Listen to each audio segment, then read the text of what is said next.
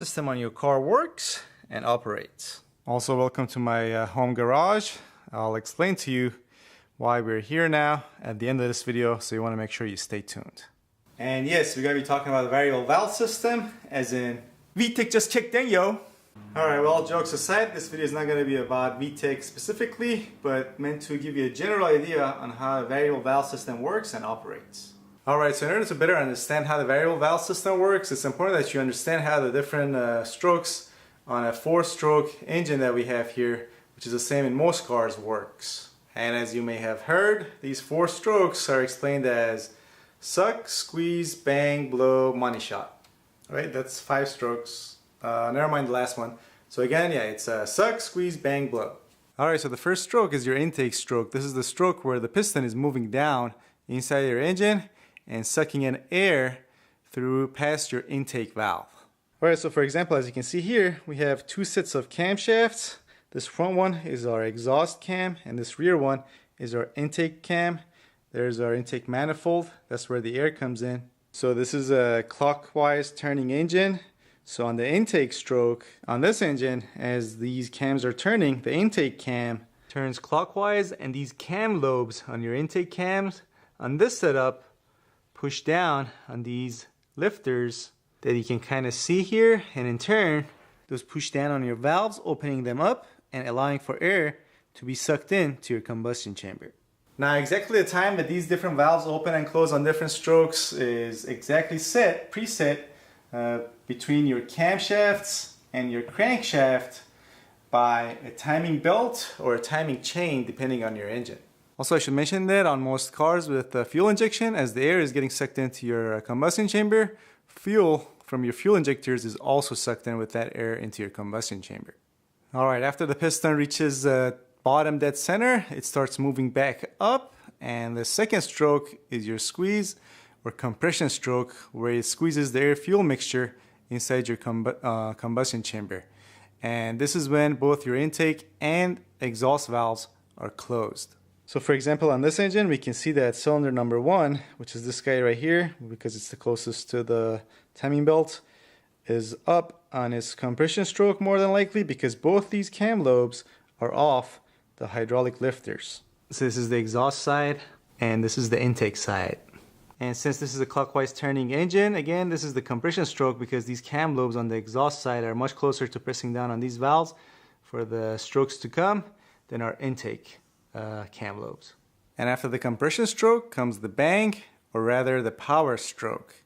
Now on the power stroke, your car's computer will send the spark to your spark plugs usually about 10 to, I don't know, let's say 40 degrees before the piston actually reaches top dead center, and then starts moving down on the power stroke.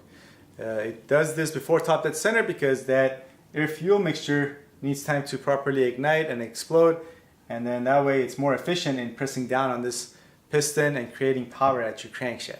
Now where variable valve timing comes in is if you can change the time, or rather advance or retard the opening of your intake and exhaust valves depending on different loads or driving conditions or RPM, you can have a much more efficient engine and produce a lot more power, because your engine will simply be able to breathe better. Alright, so basically on older vehicles, the times when your valves open and close in relation to where your crankshaft is never changes. They're open and closed the same time every time, no matter what the engine speed or engine load is. Alright, so for example, at higher RPMs, this piston is moving up and down very fast and is sucking in a lot of air, and there's a heavy current of air entering your engine. So if you were to delay the opening of your intake valve, you would automatically delay the closing of your intake valve. And since once air starts to flow at a rapid rate, it doesn't really want to stop. If you were to delay this opening of this intake valve, you'll actually end up getting more air and fuel inside your engine and creating more power at the higher RPMs. And conversely, if you were able to advance or open this valve sooner at lower RPMs, since this piston is not moving up and down as fast at lower RPMs, you'll end up getting more air fuel inside your combustion chamber and producing more power at the lower RPMs as well. Alright, so after the power stroke comes the blow, or rather the exhaust stroke. This is when the piston starts moving back up and starts pushing out the burnt air-fuel mixture by our exhaust valve, which is open on our exhaust stroke. So again, on this 4-cylinder engine, we can see that cylinder number 2 is about to go into the exhaust stroke. Since this is the clockwise turning engine, you can see that this cam lobe, as it's going to turn clockwise, is about to push down on this hydraulic lifter and our exhaust valve.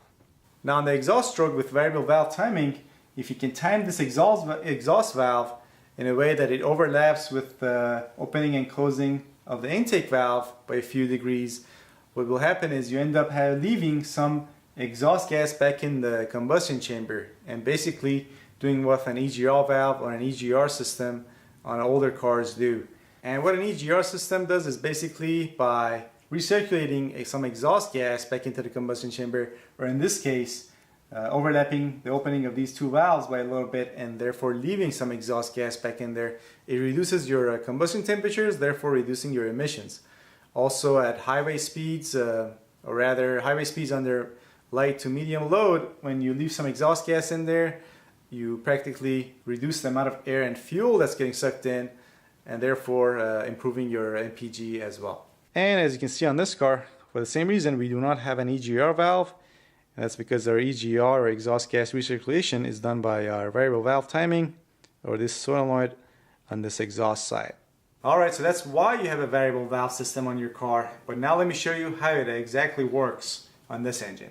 Actually, before I do that, I'm going to take care of something that's been bothering me since I started shooting this video.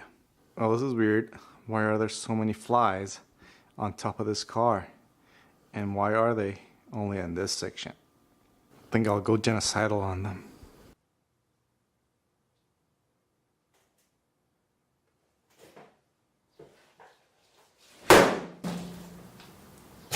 Yeah, I got one. Actually, I got 2, so I guess that's more like a double homicide rather than a genocide. But anyway, back to the subject. Alright, so the way most variable valve timing systems in the modern cars work is by using the pressurized oil that's already running through your systems in combination with some solenoids to run pressurized oil to your camshafts and adjusting the timing. So you already have pressurized oil running through your engine to lubricate your main and rod bearings in the cylinder block, and also up top in your cylinder head, your camshaft caps and your camshafts, or even hydraulic lifters if you have them.